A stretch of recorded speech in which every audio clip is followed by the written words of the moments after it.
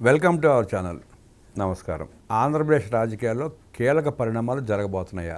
Liquor కేసులో జగన్మోహన్ రెడ్డికి ED నోటీసులు ఇవ్వడానికి సిద్ధమయ్యి విచారణ పిలవడానికి రెడీ అవుతోందన్న వార్తలు హల్చల్ చేస్తూ ఉన్నాయి. ఈ పరిణామం రాష్ట్ర రాజకీయాలే కాకుండా దేశ రాజకీయాల్లో కూడా పెను సంచలనం సృష్టించే అవకాశం ఉందంటూ విశ్లేషణలు వినపడతా ఉన్నాయి. అరెస్ట్ కాబడిన వారందరూ జగన్ రెడ్డి పేరు చెప్పారని, దాన్ని ఆధారంగా చేసుకుని ఈడీ విచారించబోతా ఉంది అన్న వార్తలు వస్తున్న నేపథ్యంలో దాని మీద ఇంకా అనేక విషయాలు తెలుసుకునే ప్రయత్నం చేద్దాం. విశ్లేషించడానికి మనతో పాటు ఉన్నారు ప్రముఖ ఆర్థిక, రాజకీయ, సామాజిక విశ్లేషకులు అడిసిమల్లి శ్రీనివాసరావు. వారిని అడిగి మరిన్ని విశేషాలు తీసుకుందాం. నమస్తే సార్.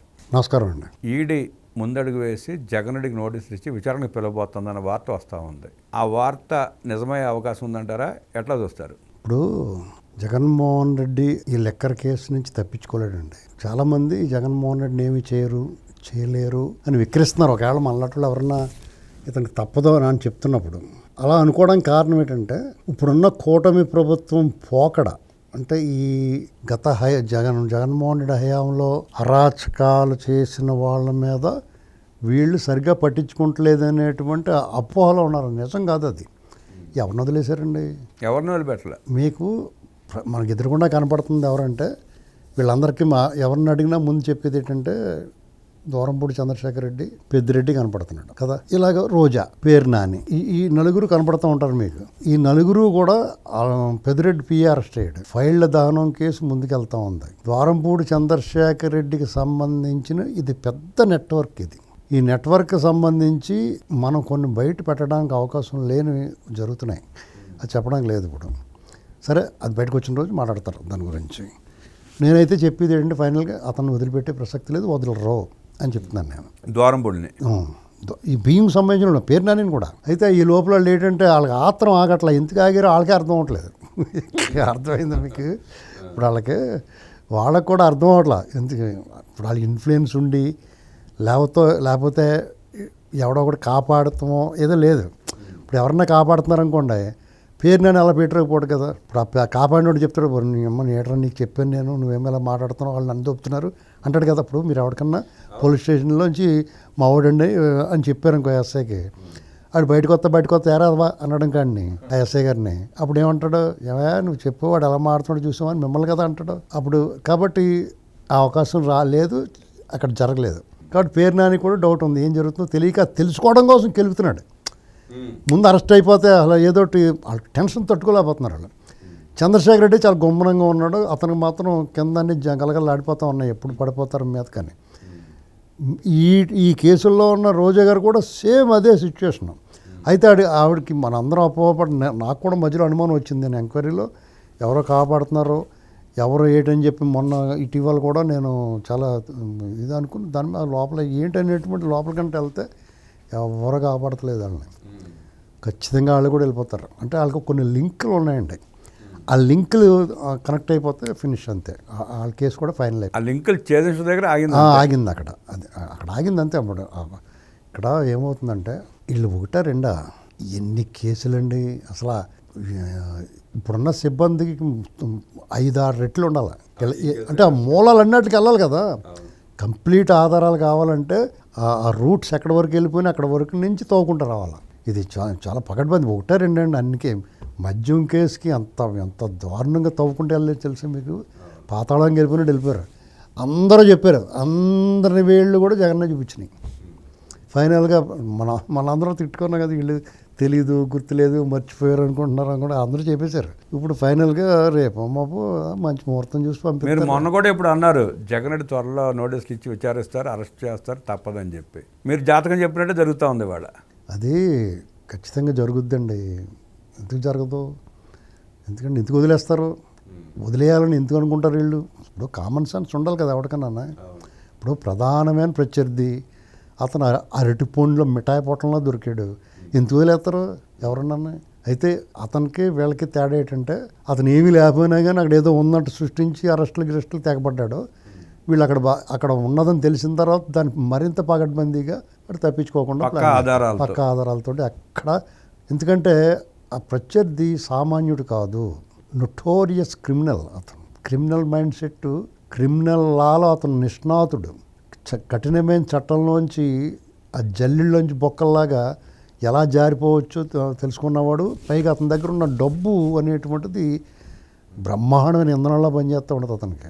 భారతదేశంలో అంత నటోరియస్ క్రిమినల్ ఇంకొకళ్ళు ఎవరు ఉన్నారండి? లేదండి, ఇతనే ఫైనల్. ఇతను రాజకీయాలు లేరు, మామూలుగా కూడా లేరు. మీకు మామూలుగా వరల్డ్ వైడ్ దీన్నేటి ఒలింపిక్స్లో పెడితే ఇతనికి గోల్డ్ పథకం ప్లాటినం వచ్చేది ఇతనికి. కాబట్టి నేను అనేది ఏంటంటే, ఇక్కడ జగన్మోహన్ రెడ్డి అయినా వాళ్ళ గ్యాంగ్లు ఎవరైనా ఎవడో తప్పించుకోలేడండి.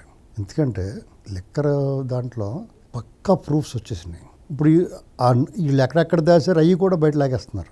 ఇది మెయిన్ వాళ్ళ ఆలోచన. మనం అనుకున్నట్టుగానే వీళ్ళని ఒక్కళ్ళే రండి అరెస్టు విచారణ ఇది కాదు. ఆ మూటలు కూడా లాగాలి. ఎక్కడ దాచారు? ఆర్థిక మూలాల మీద దెబ్బ కొట్టాలనేటువంటి కాన్సెప్ట్ ఖచ్చితంగా మన ఇందులో మన ప్రిడిక్షన్ కరెక్ట్ అవుతుంది అంతే. మనకే తెలిసేం కాదు, మనతో ఎవరు డిస్కస్ చేయరు వాళ్ళు ఎవరు ఉన్నాయి. మీరు కూడా ఎలక్షన్ ముందు నుంచి అన్ని చెప్పిస్తున్నారు, అన్ని జరుగుతూనే ఉన్నాయి. మనకు ప్రిడిక్షన్ ఉంటుంది, ఇలా చేస్తారు, ఈయన మామూలుగా అరెస్ట్ చేసి విచారణ చేసి కొన్నాళ్ళు జైల్లో పెట్టి వదిలితే మళ్ళీ తిరిగి బెయిల్ మీద తిరిగితే పనులు చేయించుకుంటే అలా కాకుండా ఆర్థిక మూలాలు అన్నట్లు తవ్వి తీసి ఆ పాత్రలు అన్నట్లని బయట పెట్టాలనేటువంటి కాన్సెప్ట్ ఇక్కడ అదే జరుగుతుంది. ఇప్పుడు మనకి కొంచెం ఆత్రం ఉంటుంది డెఫినెట్గా, అందరికీ కసిపోయి ఉన్నారు. ఇంకా ఎందుకు ఇన్నాళ్ళు రోడ్డు మీద తిరుగుతున్నారు, 2 ఏళ్ళు ఏం చేస్తున్నారు, ఎందుకు వదిలేశారు అనుకుంటారు.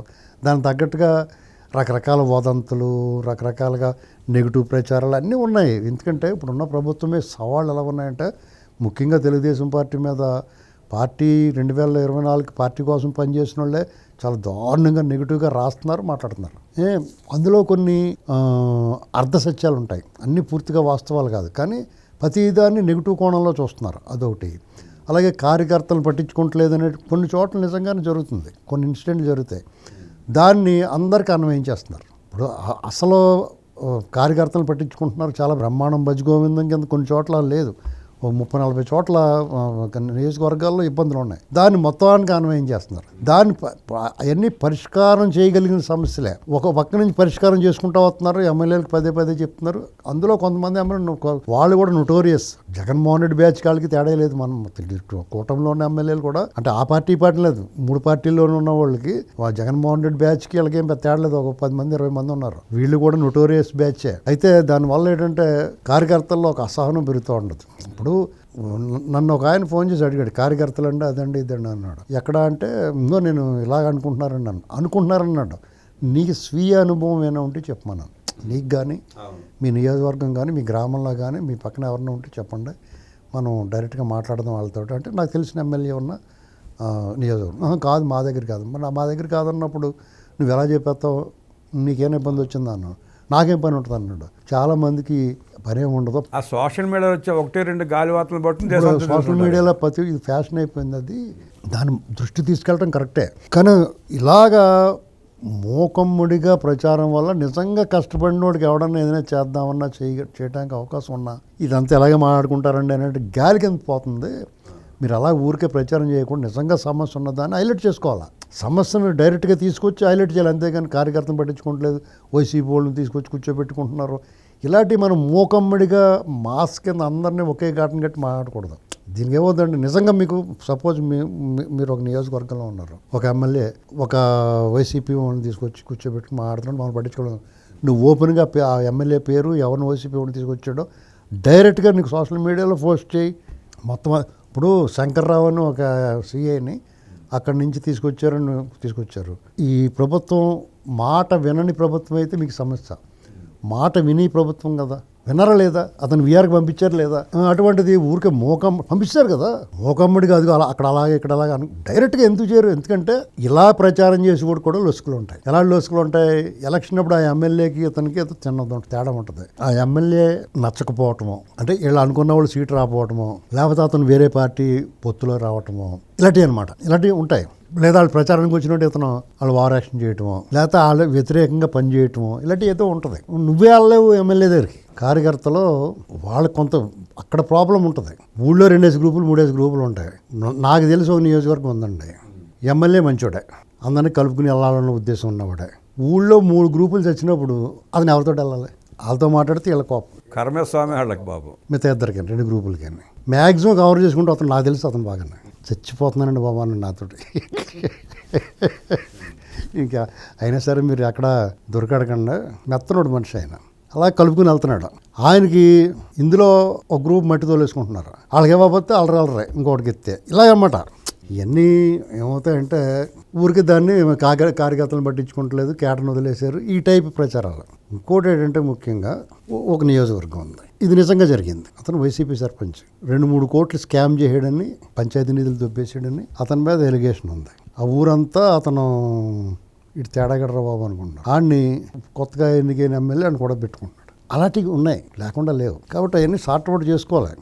అంతేగాని ఇప్పుడు తినీకుట్లో మొన్నోసుకోకూడదు, ఇలాంటి ఏదో ప్రచారాలు చేసి దాన్ని హైలైట్ చేసుకోవాలి. అక్కడ ఎందుకు నోరు మూసుకూరుకుంటున్నారు, సర్దిద్దుకుంటారు వాళ్ళు కూడా, సర్దిద్దుకుంటారు. అలాంటి హైలైట్ చేసుకు ఇప్పుడు ఏమవుతుందంటే ఏది పడితే అది మాట్లాడటం వల్ల ఇలాంటివన్నీ వెనక్కిపోతున్నాయి. ఇప్పుడు మీకు జనాంతికంగా ఎక్కువైపోయింది అనుకోండి, ఇది కూడా అందులో కొట్టుకుపోద్ది వరదలో. ఎప్పుడైతే నీకు నిజంగా జరిగిన దాన్ని హైలైట్ చేస్తే దాని మీద పాయింట్ వెళ్తుంది గట్టిగా. అలాగే అనేక అంశాలు మార్చుకున్నారు వాళ్ళు, చాలా అంశాల్లో వాళ్ళు తీసుకున్నారు, జనాల నుంచి తీసుకున్నారు. వాళ్ళు ఒకవేళ పొరపాటున జరిగిన ఉంటే సరి చేసుకున్నారు, ఒకవేళ ఉద్దేశపూర్వకంగా తప్పు చేసినా కానీ దాన్ని సరి చేసేసుకున్నారు ఏంటండి. అంతేగాని ఊరికే జగన్మోహన్ రెడ్డి విషయంలో కూడా ఊరికే అందరూ విక్రించాల్సిన అవసరం లేదు. మనం అనుకున్నంత ఆత్రం అది కూడా అంత తేలిగ్గా ఉండదండి. ఇప్పుడు మనకు అనిపిస్తుంది రాగానే. ఇక్కడ గుడివాడ కొడాలి నాని ఉన్నాడు, నాని మీద మీకు నాకు ఎంత కంపరంగా ఉంటుందో అతని స్వరం, పార్టీ అధిష్టానం కూడా అలాగే ఉంటుంది. సమయం కోసం వేచి చూస్తారని మనలాగా చేయగలిగితే కొండ వదిలేసి రకాలు కాదే. అలాగే అనేక మందికి సమాధానం. ఇప్పుడు ప్రజలు నేను మీరే కాదు కదా, ప్రజలు అనేక మంది ఉన్నారు, కోట్ల మంది. అందులో చాలా మందికి ఒక రకమైన అభిప్రాయం ఉంటుంది. ఆడ పోరంబో కదా, ఆడితే మీకెందుకు ఆడితో పెట్టుకుంటారు ఏంటంటారు, రేపు వద్దన్న వెంట మీద రాయేస్తారా మీరు అంటారు. అన్ని మాటలు అక్కడి నుంచి వస్తాయి. ఇప్పుడు రామ్ గోపాల్ వర్మ ఉన్నాడు, మరి అతను వదిలేశారు. ఒక రకంగా చెప్పాలంటే అతను చేసిన శాస్త్రాలకి, అతను పెట్టిన పెంటకే మామూలుగా అయితే చేయాలి. అతను ఒక నోటీస్ ఇచ్చి ఒక చోట పిలిపించినోడికి ఆడి ట్యాంకులు కారిపోయి వీళ్ళు కూడా అరెస్ట్ వరకు వెళ్ళిన తర్వాత నాకు క్లియర్గా తెలుసు. అతన్ని కరెక్ట్గా భోగి పండగ ముందు 2025 భోగి పండగ ముందు రోజున అరెస్ట్ చేయాలి. చంద్రబాబు నాయుడు గారు వద్దని ఆపారు. పండగ ముందు అలాంటి పనులు మనం చేయకూడదు అన్నాడు. పండగ నాడే అరెస్ట్ చేసి అంత తప్పు చేయలేదాడు ఆగండి అన్నాడు. ఇది నాకు తెలుసు క్లియర్గా. అది ఏమని పెద్ద అంటే ఈయన ఇలాగే వదిలేస్తాడంటారు, కానీ తర్వాత అతను మాట్లాడలేదు కదా, నోరు మూసుకూరుకున్నాడు. ఇంకోటి ఏంటంటే నిజంగా అయ్యాలి అరెస్ట్ చేయరు, ఇంకా ఎన్నాళ్ళు పెట్టగలుగుతారు లోపల, వారం రోజులు 10 రోజులు, లేదా ఒక 20 రోజులు, లేదా 2 నెలలు, లేదా 5-10 స్టేషన్లు తిప్పుతారు. ఏమండి బయటకు వచ్చిన తర్వాత అతను నేషనల్ ఫిగర్, అతను బయటకు వచ్చి అరుతూ మొదలెడతాడు. అప్పుడు డ్యామేజ్ ఎవరికి? మనం ఆలోచన లేకుండా మాట్లాడకూడదండి. ఎందుకంటే వాళ్ళకుండే ఇబ్బందులు వాళ్ళకుంటే, మనకన్నా 5-6 కోణాలు ఆలోచిస్తారు కాబట్టి వాళ్ళు ఆ స్థాయిలో ఉన్నారు. ఇప్పుడు మనం ఏం చేస్తాం, కొట్టో అంటాం, తర్వాత మెల్లగా వెనక్కి సర్దుకుంటాం. మీకు ఇడియట్ సినిమాలో ఇలా కాలర్ ఎగరేసుకొస్తాడు, ఏట్రా అని అంటే వెనక్కి వెళ్ళిపోతాడు చూడండి, అదే పరిస్థితి మన టైప్ అలా ఉంటుంది. కాబట్టి జగన్నైనా ఎవరినైనా అందరూ గుర్తుపెట్టుకోవాల్సింది ఏంటంటే, మనందరికన్నా ఎక్కువ థ్రెట్ పవన్ కళ్యాణ్ గారికి, చంద్రబాబు గారికి, లోకేష్ వాళ్ళకే థ్రెట్. కాబట్టి అతని సంగతి వాళ్ళే చూసుకుంటారు, మనం ఎక్కువ టెన్షన్ పడాల్సిన అవసరం లేదు. ఈ మధ్యన కొత్తగా వాళ్ళతో డీల్ మాట్లాడేసుకున్నారు, కుమ్మక్క అయిపోయారు. కుమ్మక్క ఎందుకు అవుతారండి? వాళ్ళు కుమ్మక్క అయిపోయి డబ్బులు సంపాదించుకోవాలంటే జగన్ తోటి కుమ్మక్క కావాల్సిన అవసరం ఏముంది? డబ్బులే కావాలనుకుంటే ఎవరి దగ్గర లాగేసి బోర్డని వర్క్లో బోర్డంత ఉంది. ఇక్కడ వాళ్ళతో ఇంత కుమ్మక్క అంత చెడ్డ పేరు తెచ్చుకోవాల్సిన అవసరం ఏముంటుంది? ఆవేశం లేకపోతే ఆక్రమణ తెలియదు, కానీ ఏదో నోటికి ఏదో వస్తే అదే నీకు అది సహజంగానే ఉంటుంది. ఎలా ఉంటుందంటే వీళ్ళు ఇంకా ఎందుకు చేయట్లేదన్న ఆ కోపంలో నుంచి వచ్చిన బాధ అన్నమాట. ఆ బాధలో అనేస్తారు. ఇప్పుడు దేవుణ్ణే ప్రశ్నిస్తారండి. ఇప్పుడు మనకేదో ఎప్పుడు కూడా ఏదో నీకు ఏం చేసినా కానీ మాకు ఈ కరం పట్టింది అది ఏదో దేవుణ్ణి నిందించరా? దేవుణ్ణి నిందించట్లేదా? మీకు చల్లని తల్లో ఏదో సినిమా ఉంటుంది, అందులో నడి రేయి ఏ జాములో అన్న పాట వినండి మీరు. దేవుడు చాలా దారుణంగా దూషిస్తాడు అందులో, కానీ అది మనకి దూషిస్తున్నట్టు ఉండదు. నీ కళ్ళకి ఆంతలేదా, మా బతుకులు నీకు అర్థం అవ్వట్లేదా నీకు అని అడుగుతాడు. కాబట్టి దాన్ని అర్థం చేసుకోవాలి, కానీ అది మితిమీర ఉండకూడదు. శృతి మించిపోతే ఏమవుతుందంటే దాని వాల్యూ పోద్ది. మొన్నదాకా సిట్ విచారణలో చాలామంది జగన్ రెడ్డి పేరు చెప్పలేదు, కానీ ఈడీ విచారణ మొదలుపెట్టిన తర్వాత అందరూ స్పష్టంగా ఈడీ కాదండి సిట్లోనే చెప్పారు, ఎవడో చెప్పకుండా లేడండి. బయటకు వచ్చి బెంకాలి అంతా. మీకు వాళ్ళు కాళ్ళు పట్టేసుకుని మేము చెప్పామని చెప్పకుండా బాబు దండాలు ఎడతారు, ఎందుకంటే చంపేస్తాడు కదా ఇతను. ఇప్పుడు ఇతను నోటోరియస్ కరుడు కట్టిన దుర్మార్గమైన అరాచకమైన వ్యక్తి కదా. ఇంకోటి ఏంటంటే అతను నిజంగా ఇప్పుడు చాలా మందిని లేపించాడు కదా అతను. ఇప్పుడు ఏమవుద్దంటే అతనికి రాజకీయాలు, వ్యూహాలు, ఎత్తులు పై ఎత్తులు అతనికి సిరాకు లేపడేయండి అంటాడు. అడ్డం ఉండకూడదు. ఆ డబ్బులతో వాళ్ళని కాపాడుతూ ట్రై చేస్తాడు. ఎవరన్నా కొనేస్తాడు, తన మీద కేసు వచ్చినా కానీ ఎవరన్నా కొనేస్తాడు. దాన్ని దెబ్బ కొట్టాలంటే అతను ఆర్థిక మూలాలన్నీ చిన్నాభిన్నం చేయాలి. చేయాలని పకడ్బందీగా ఉండాలి. మరి అంత ఈజీగా ఉండదండి. ఆ స్టేజ్లోకి వెళ్ళి పెద్ద పెద్దవాళ్ళు మేనేజ్ చేయగలిగిన వాడికి నెట్వర్క్ ఎంత ఉంటుంది, దాన్ని ఛేదించడం అంటే అది చాలా కష్టసాధ్యమైన పని. లిక్కర్ కేసులో జగన్మోహన్ రెడ్డి తప్పించుకోవడం సాధ్యం కాదని ఇవాళగత రేపైనా విచారించి ఈడీ అరెస్ట్ చేసి తీరుతున్నట్టు విశ్లేషించిన అడ్స్మిల్ గారికి ధన్యవాదాలు తెలియజేస్తూ నమస్కారం.